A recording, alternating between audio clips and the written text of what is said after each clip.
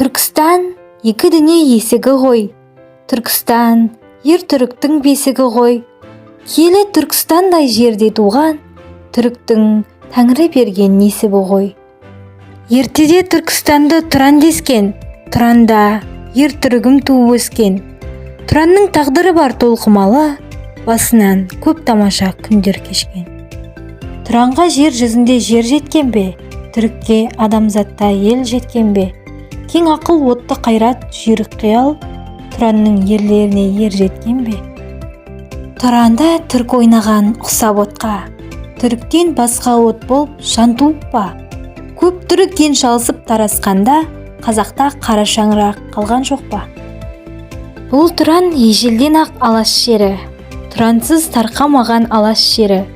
Тұранның топырағында тыныштық тапқан алаштың арыстаны Абылай ері.